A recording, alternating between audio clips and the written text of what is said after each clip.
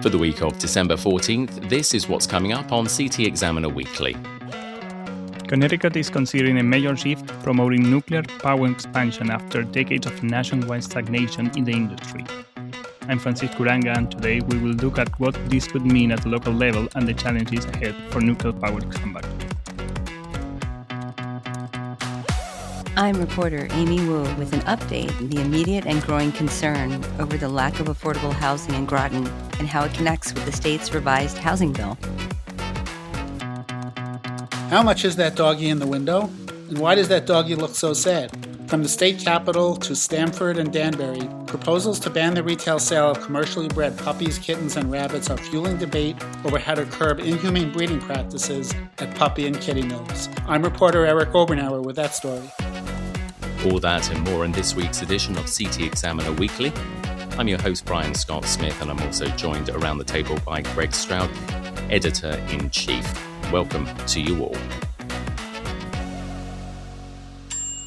State officials launched a public debate recently about the advantages of expanding nuclear energy in Connecticut as a first step towards encouraging towns to host new capacity in what could mark a reversal after decades of stagnation in the sector nationwide.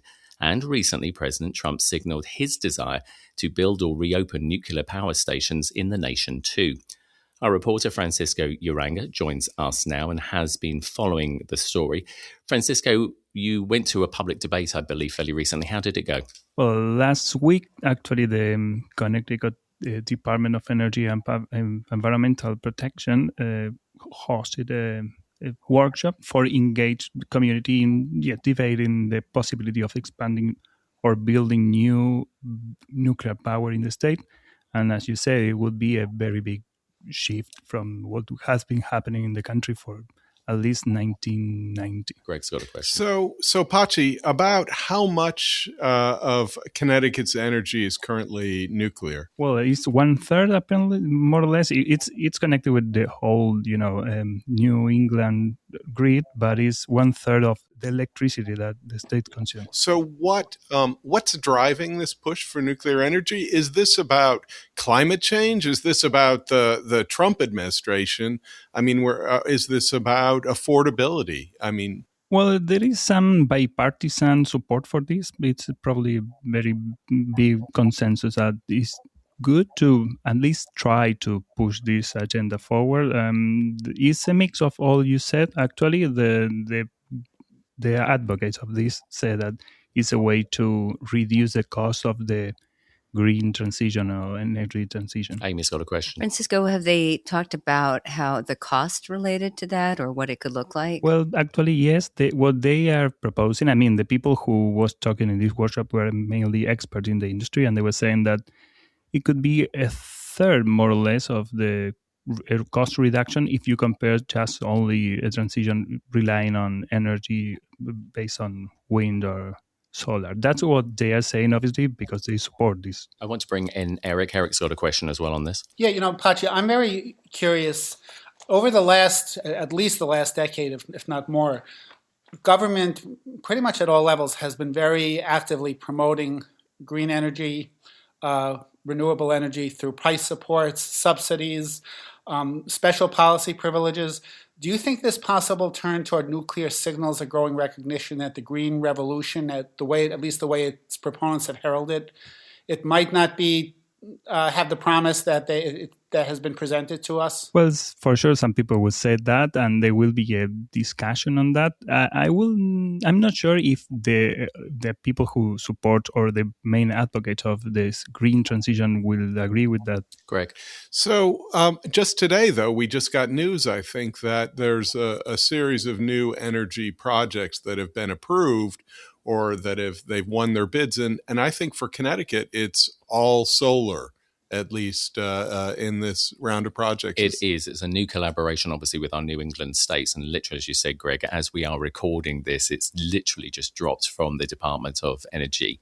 So carry on with your question. So, for me, what I know is that when I first came to this state, there were a good fraction of the older houses in Connecticut had been retrofitted for electric baseboard heat because of the promise of cheap electric energy from Millstone.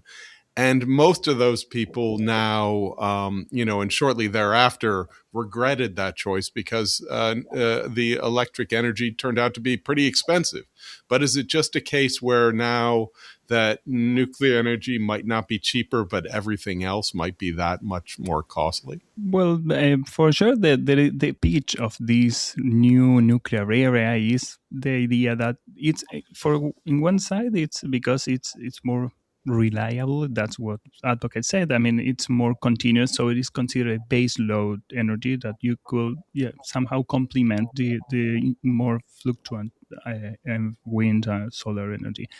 And on the other hand, they say, well, they could be reducing the cost as I told you. Amy. I'm also wondering, Francisco, if they've done some analysis as to the benefits, the pros and cons for commercial versus residential as well when it comes to nuclear energy. But I think we're very in an early stage right now. To be honest, there are many problems, many challenges for this kind of nuclear comeback. So we have to see if there is a real promise or it's just, an intention. Still early. Just going to give a final question to Greg because we will need to move on. I mean, one of the things that we know is that these projects take billions of dollars and they take a long time. So I think our conversation earlier that we're talking if we got on board with nuclear now, we might have a plant opening up in 15 years, 20 years. Yeah, there were a couple of changes in the last session.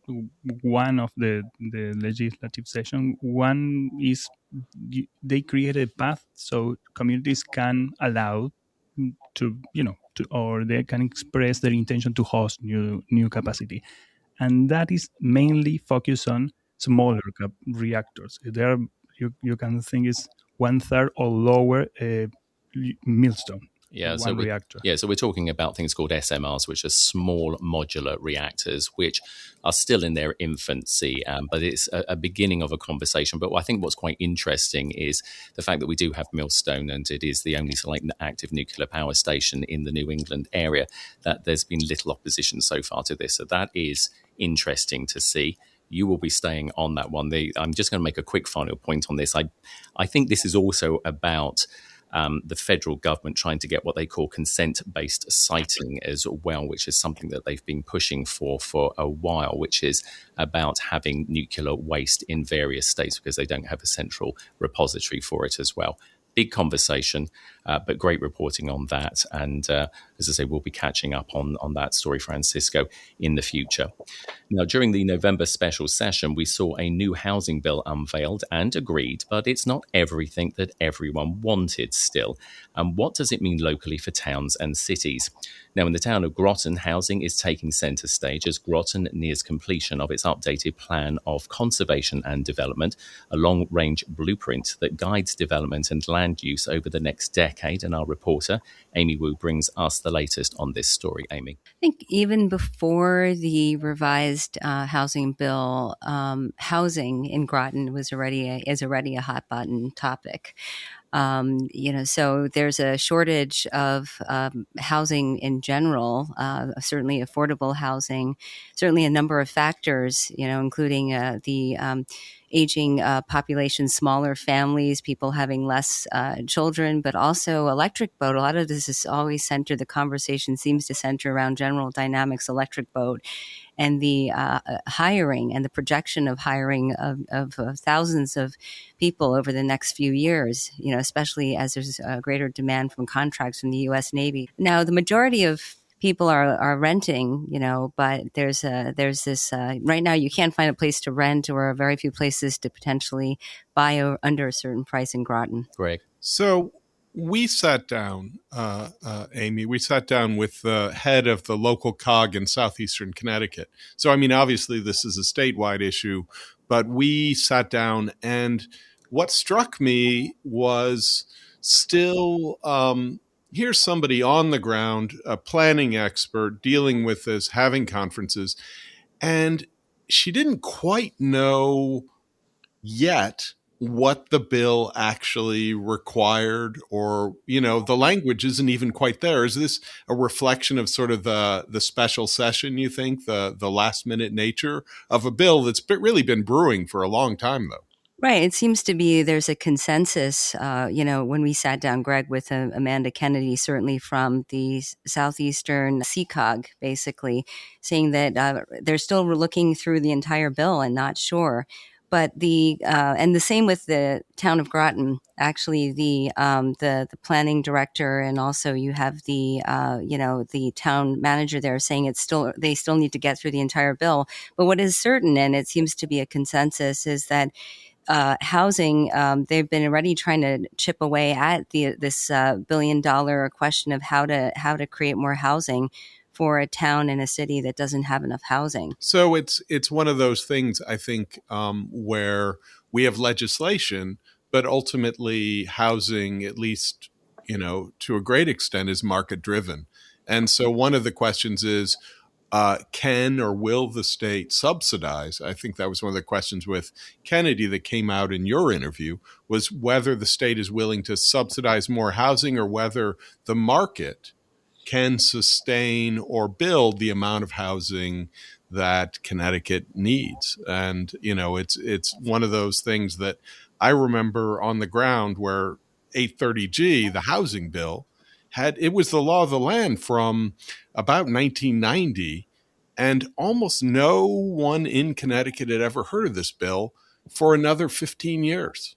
And that was why. It's because the market didn't allow even the legislation to work. So I think that's one thing I'm going to look at. What's interesting, I feel, about Groton, outside of this revised housing bill, is that the various options, and I think, Amanda at CCOG did mention the various menus that are put out there for towns as well, is that the menus are looking at obviously the zoning guidelines currently, but also looking at the abandoned schools, that they've already been building housing for. There's a need for more condo apartment type housing. So that's another solution that they've been looking at. Another is to also look at creating more units. Right now there's a limitation of maybe 2 units per the parcel, but now it increased into 4.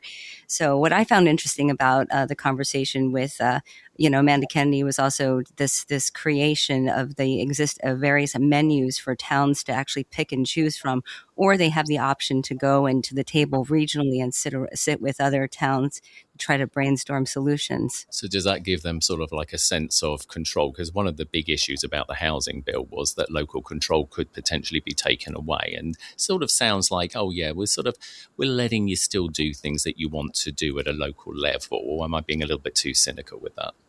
No, I don't think so. I think philosophically, I think she'd mentioned as well, it does give a sense of, well, not just a sense of control, but there really are this menu of options, or they can take an alternative route. I compare it to a little bit of a restaurant. If they sit there, they can also mix and match potential options, and not one size fits all. I think the revised housing bill does give that sense, though, that there is more freedom and autonomy for towns to make that decision. Greg, final point on this. I think one of the big questions will be, what are the numbers? So what did not come out with this bill are the actual requirements regionally for the different COGs, for the different regions to build. And so basically we don't know how big the pie is. So right now we're in this conversation about how we cut up a pie. But the sort of devil is in the details. If the pie is really big, then, whatever your options, you might be forced to build more housing than you want.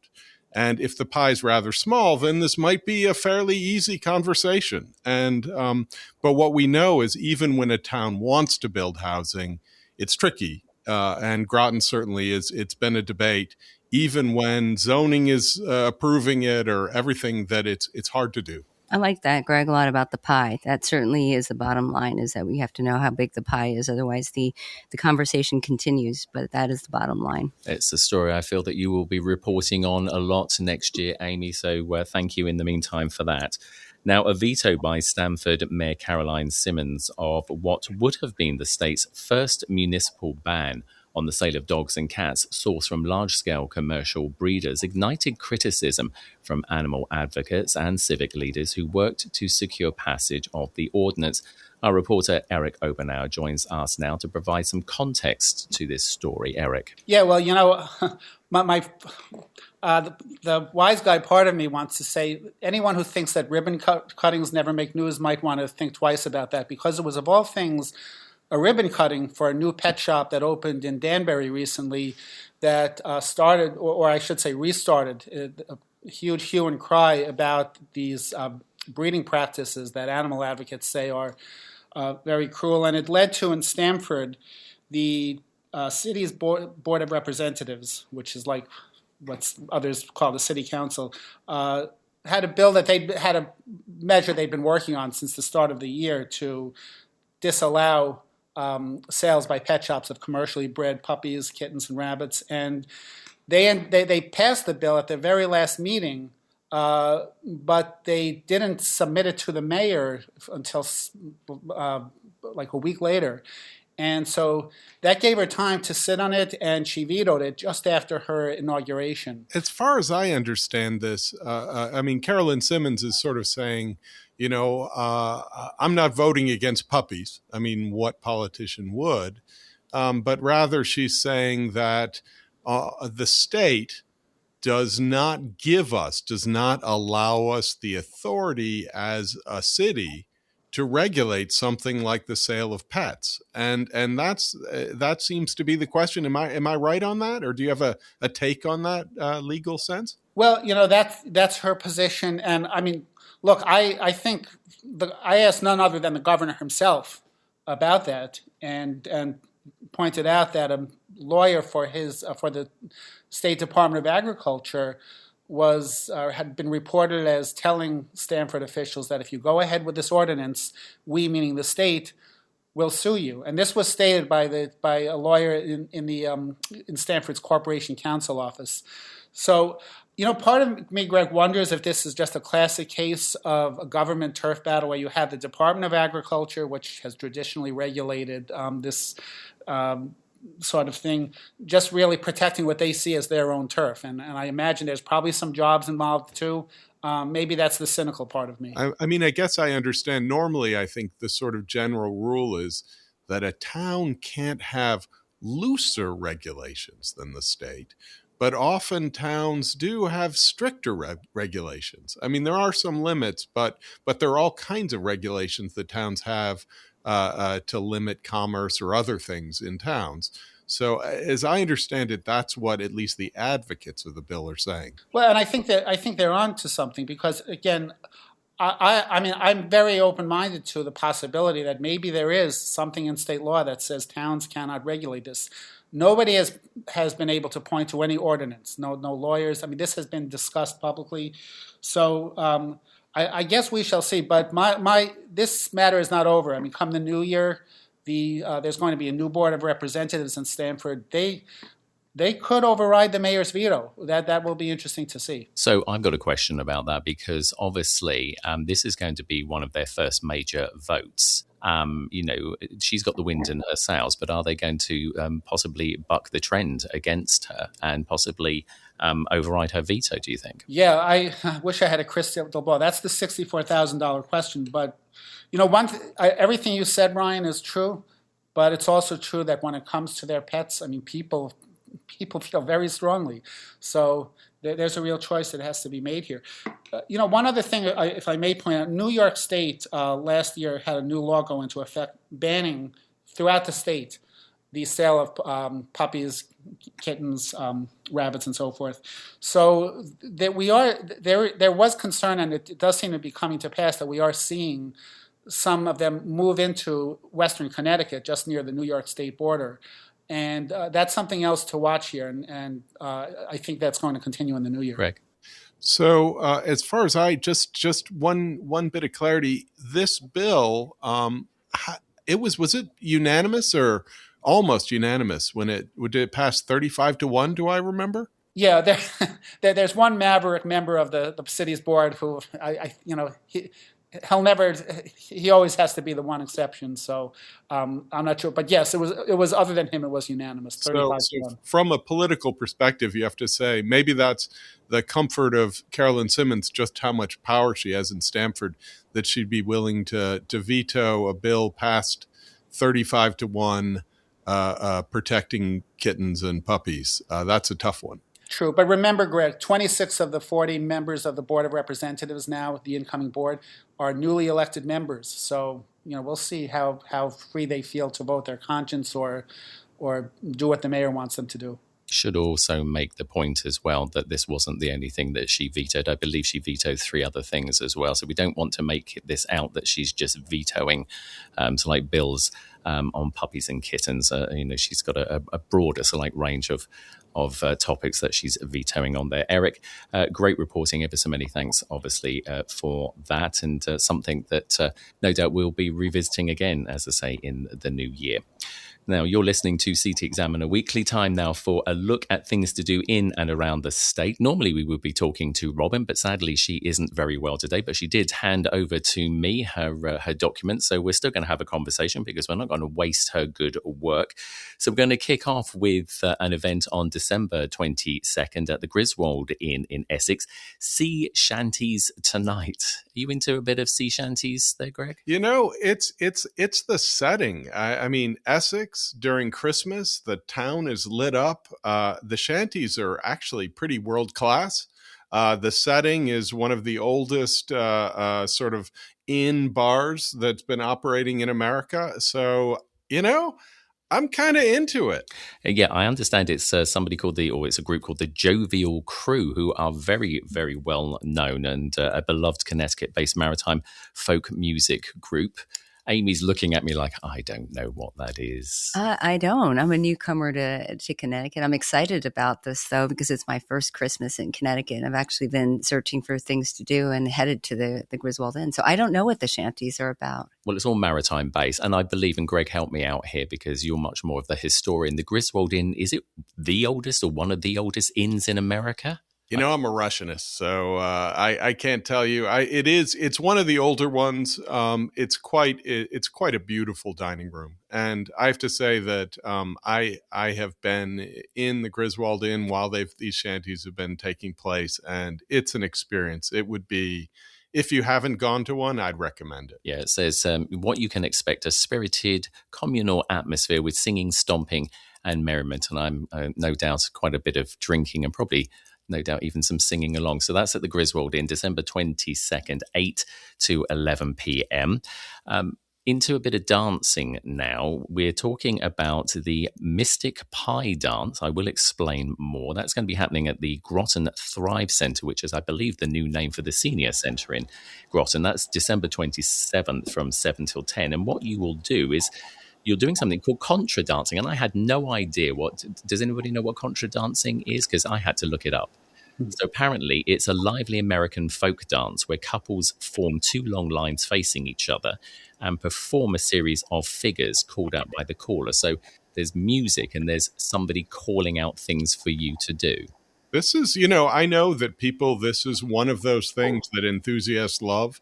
I know one of my colleagues at Connecticut Trust used to travel around New England for contra dancing, and Mystic has a tradition in their churches of contra dancing that dates way back, and it's kind of a sort of a date thing, dancing in an old-fashioned kind of place to take a date. And you also get, it says, to eat homemade pies, which is never a bad thing in my book.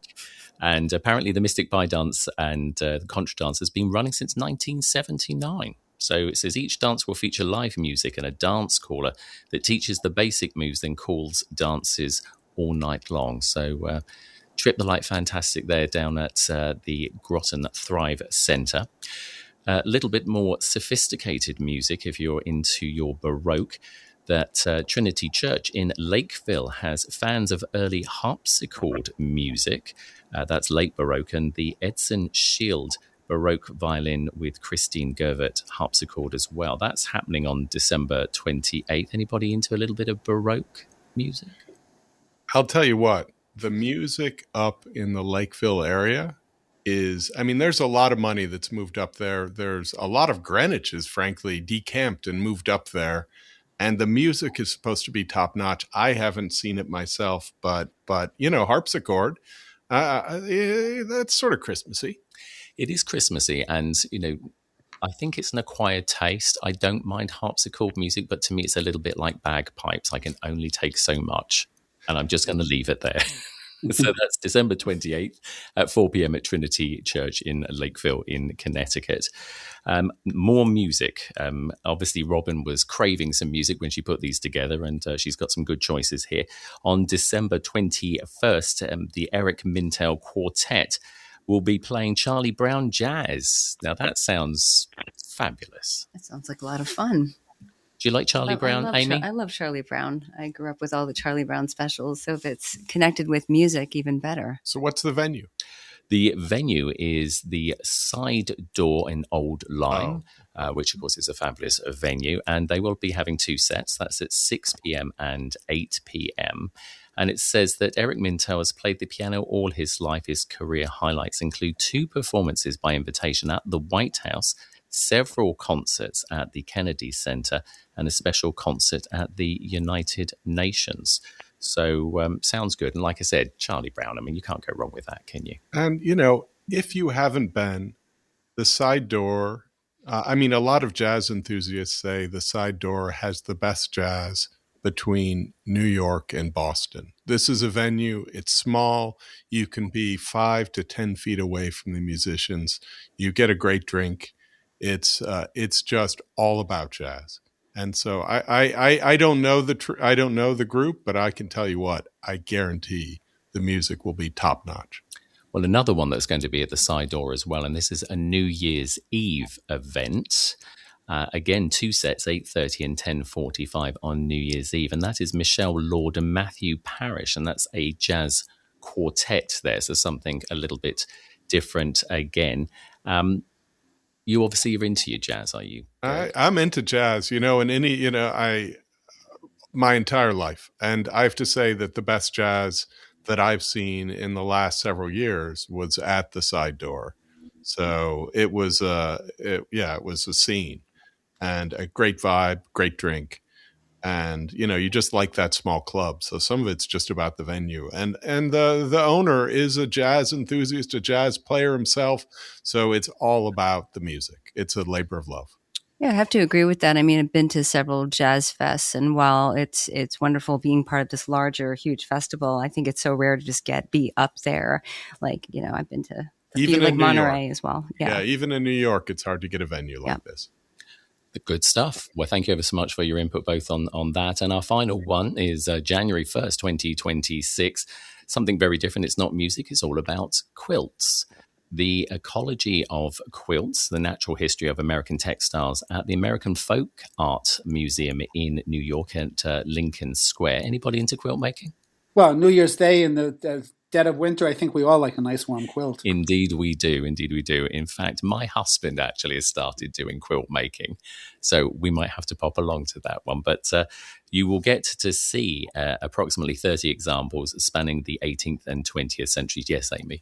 I was going to say that quilts were also a great way to mark history, because in agriculture and farming, especially back in those days, that was a way to actually create sort of memories and also what farms were like. So very much like connected with the American history. So. Yeah, absolutely. And you've got the AIDS quilt as well, of course. So, things that, as you say, historical documents effectively in, just in a different format. So, no, that sounds like an absolutely fascinating one there. So, and I think really it's a quintessential American art form. I really don't think, coming from England, I never really heard as much about people making quilts. When I came here, it's like it seemed to be all the thing here. Yes, Greg. And this show, this museum, it's sophisticated. It's a smart show. It's a smart museum. And I think what you'll get this quaint art form, but it will be, the show itself will be interesting, I think, to anyone that's interested in American history or aesthetics or just wants to go to a museum. Absolutely. Well, a great cross-section of events, and we hope Robin gets well soon. That is it for this edition, as I say thank you to Greg, Eric, Amy, and Francisco. Don't forget, you can read all the stories you've heard today on the digital pages of ctexaminer.com, as well as Robin's events calendar. And while you're at it, why not sign up and subscribe as well to make sure you don't miss out on all of the week's news. This is CT Examiner Weekly, reporting and supporting what matters. I'm Brian Scott Smith. Thank you for listening.